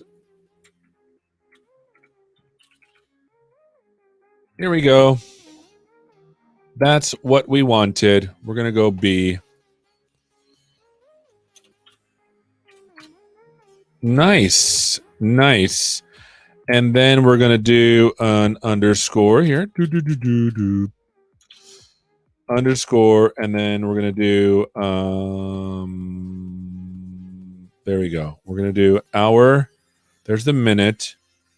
Hour, minute, second. Where's the second? Second. Okay, hour, minute, second. Hour, minute, second. Okay, cool. So it's capital H dot minute dot. Okay, this is what we wanted. I don't know why I got it wrong. Okay. Use 24 o'clock. Okay. Is that with capital H? Jay saying capital M is minutes. Okay. Capital M is minutes. Are we sure capital M is minutes? Let's take a look. Oh, you're right. You are right. I'm doing literally the month. That would have been a tremendous oversight. Thank you, sir. That was from Jay. Use the 24 o'clock. Cap M is minutes, and the 24 o'clock. That's with capital H, right? 24 o'clock. Capital H minute. Capital H. Yeah, hour 24. I'm okay with that. I used to live in Spain, and yeah, he's okay. Perfect. So that's what we want. So let's take this. Let's take this beautiful string. Let's put it in here, and this should then do the right thing. So we'll stop this, and then we can go back to the terminal, and then we'll do it again. Go.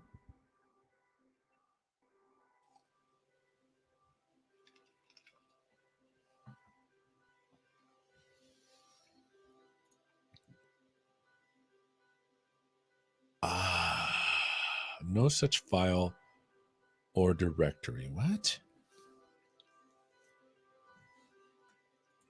All right. Let's do from lib import path.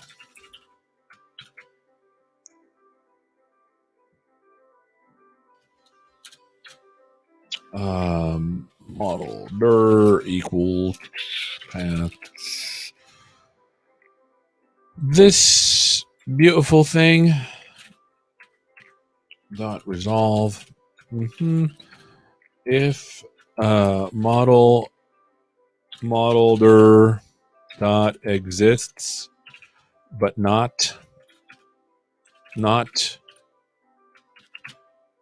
Oh, did I spell outputs wrong? Yes, I did. Oh my gosh. I'm like all doing all this extra code, and it's just like I didn't need to. All right, let's uncomment this. But by the way, Jay is like the best debugger ever. It looks like Kevin also got it too. Cool. So by the way, we need to get all these funny strings out of the way and literally like have these passed in somehow. That's important to me.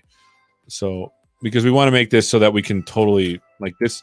We want this code to be like actual like code, not this. I don't like the way data science right now is like you make a notebook, and then that's the thing. That's not. You have that process. This is software that we need to. Okay, so there's nothing there. So let's do this. Welcome to my TED Talk. There needs to be like rigid engineering stuff for this to work. So create a directory. How do you create a directory in Python? Pathlib create dir with file path auto. Okay. The pathlib module offers an open method that has a slightly different signature to the built-in open function. Okay. In the case of this, p equals path, it has created a path p. So calling p.open with a positional argument not using keywords expects the first to be mode. Okay, this is not what I want. Let me just do create directory. OS. I think it's os.makeDirs. Let's just use the OS. Import this OS. And we'll just say os.makeDirs, and then we'll say a string of model dir. And let's see if it's okay with this. By the way, I like doing the resolve just because it takes all these things out. Let me show you. I'll just F5 it.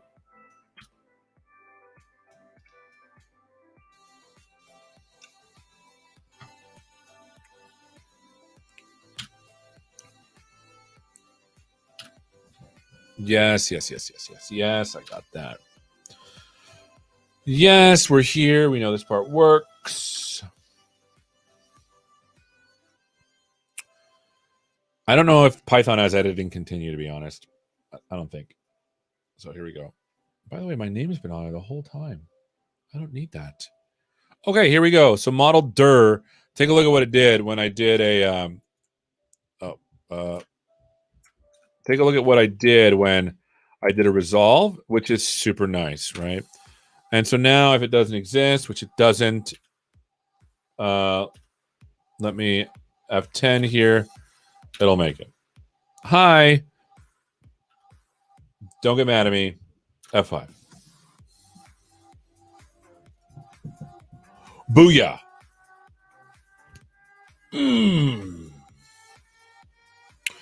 Many of you might be wondering, how did you know that this was the shape that you needed to pass in? Well, we've done this model so much that, remember, I told you about the channels and I told you about the cropping to 224. This, I put a 1 in here because in theory, you can pass n number of pictures into it. I think that's the right thing. Let me open it up here. I might be wrong.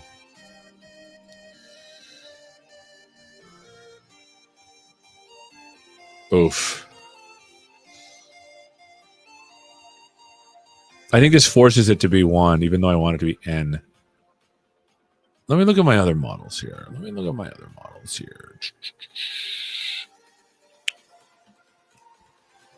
CD Food AI. Okay, LS.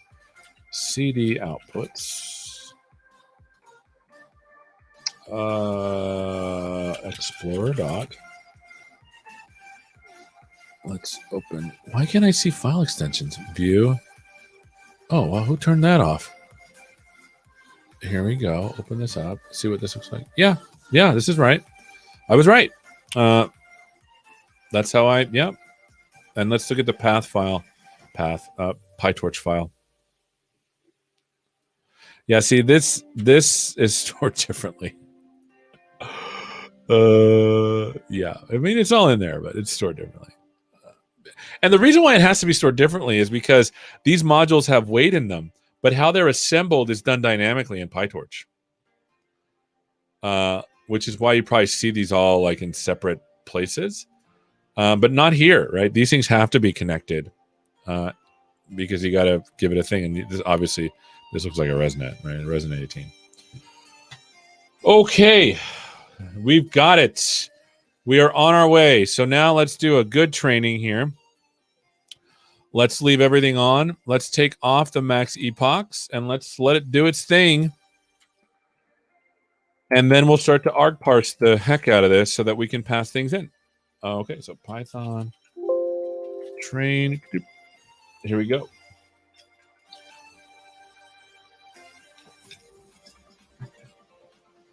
Look at this beautiful AI. Oh, this is the wrong one. You idiot. What am I doing? Oh, here's another thing, though. I forgot about the model meta. Let me run this again real quick. It's main, right? It's not supposed to be train. But look.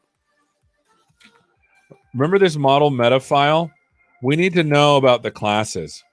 Otherwise, we're not going to be able to do this. So as part of the saving of the model, right, we actually need to save the classes. And in the DM, in the data module, let's go to that. Here's the classes. Self.classes is a list of string. Okay. Cool. How did we save that before? Looks like we did it like that. Classes as part of the model. Wonderful. So let's do that again. Let's go to the training and let's just literally copy that code out because ain't nobody got time for making more stuff. Here it is. Here it is. And then we just need the classes, right? Cool. As part of the saving. We're going to clean this up, by the way. It's outputs model now for us. I wonder if we should F string this too. I wonder if we should F string this too with this so that it's like exactly the same thing, right? We'll F string it. And then we'll just say JSON, right? Because I mean, I'm trying to be all super cool. And then we need some JSON here. Import JSON. And then we'll just put this up here. Kapow. And now we're like, well, where to get this from? Well, it's in the data module, right? Booyah. Magic. Wow. Feels like we should add like some save code somewhere, you know, as part of the... Oh, maybe we can put it inside of this. Let's see if this works, and then we'll refactor. Yeah. Let's do this, and then we'll refactor. Okay. Oakley dokley. Keyboard interrupt. Oh, geez. I destroyed it. Life is over. Okay, good. Here we go. We did that. And then we want CD source. Thank you. And then Python main. Oh, wait. Oh. Let's delete everything in here. We have so many checkpoints. We'll delete the logs here. And then we'll delete the models. We don't need this file. Okay. All right, Python main, and let's see what we got. Well, we got a lot done. Honestly, in like, this is an hour of time. We got a lot done. I'm pretty impressed with this framework. Sorry, my headphones just popped out because it got stuck on my chair. I'm pretty impressed with this framework, though. Like, It's pretty cool. All right, so it should stop on its own after epoch number 4. Saving. Done. So we should have our checkpoints. We should have our checkpoints. There's the checkpoints. There was only 3. We should have our logs. There they are. Version 0 of the thing we ran. Wonderful. And then we should have our model. Booyah! Hey, yo! What it is. No, I actually, this is a fun salot saying chair probably hurts too. No, I actually spent some money on a good chair. It's nice. Like, it's like one of those chairs where you're like, I enjoy sitting down. You know? So, yeah. Okay. Okay, stop. We got everything working.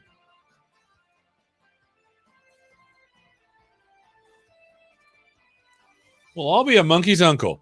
Let's go ahead and refactor the save out.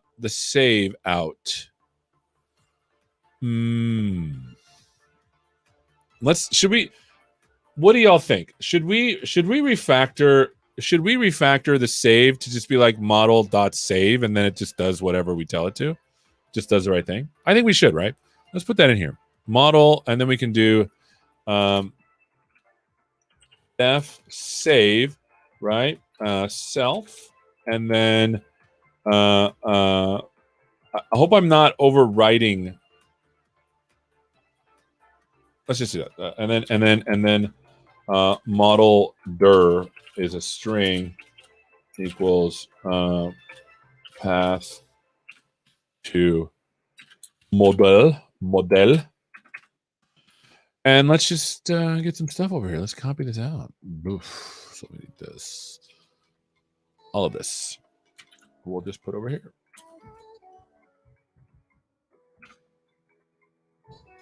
We need some from pathlib import path. Good. And then we need some OSing. There's some OSing and some date times. From date time import date time, and then import OS. By the way, you see me moving these things. It's just alt, up and down. Because as you can tell, I may be a little OCD. Maybe.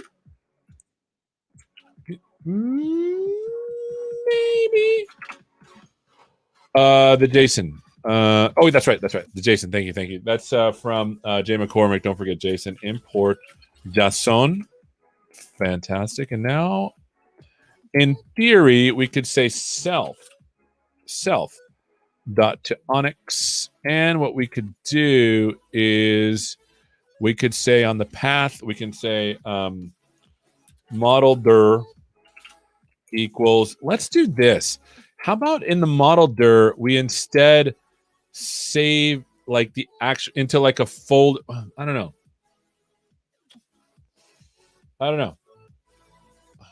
Because I like having a standard Onyx file if we get for later on, but we'll just worry about that later. Path model dir dot resolve, right? And then we'll. Oh, look at that! Boof! Look at that! It's almost as if it was meant to be. Oh, this is a problem. How do we get the classes out of here? Oh, I think I pass in the number. If you use savedr, it's not good. You can always get path using file. I do. I think the reason why, and just funds a lot, just for you're right. But what's going to happen is eventually when I move this to the cloud, all these paths are like something else, but I don't want to think about it. Right. So maybe I can put in here the classes, which is going to be a list of string. And you're probably wondering, what the heck does that mean? Right. From typing import list.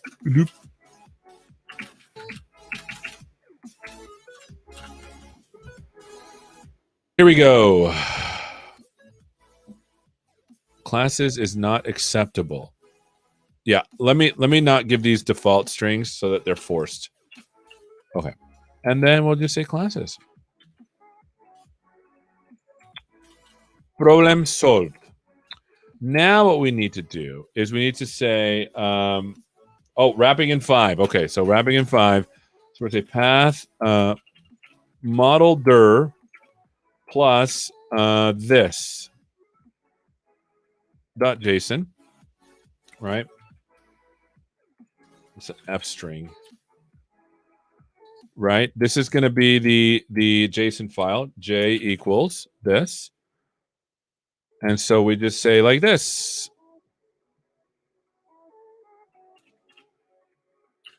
String of J dot resolve.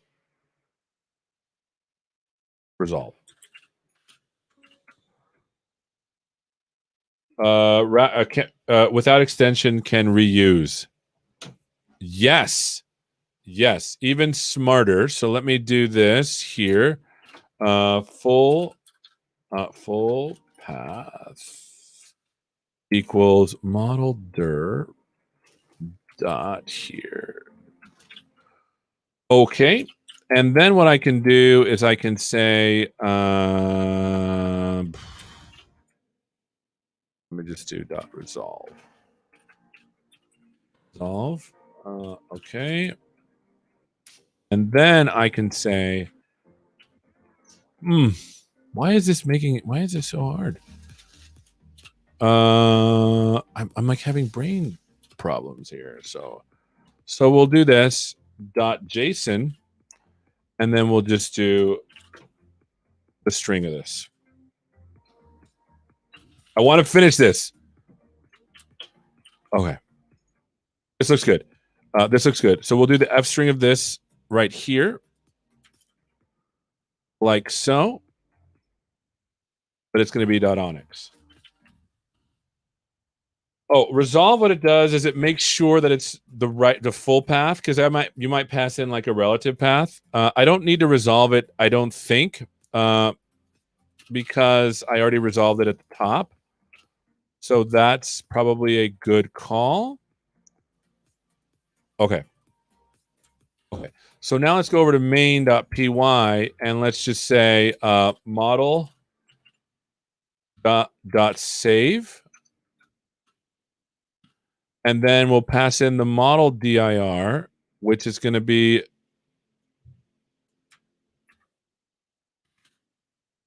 this, and the classes, which is dm.classes. Now we can take all of this ugliness out. And when this works,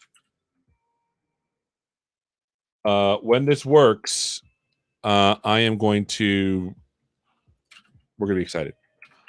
Funslot says, it says, now you can work in Microsoft, definitely. So the idea is that this will work anywhere, in any cloud. The reality is that pathing is just going to be different wherever you put stuff. And so I'm trying to make it agnostic to path. Great comment here.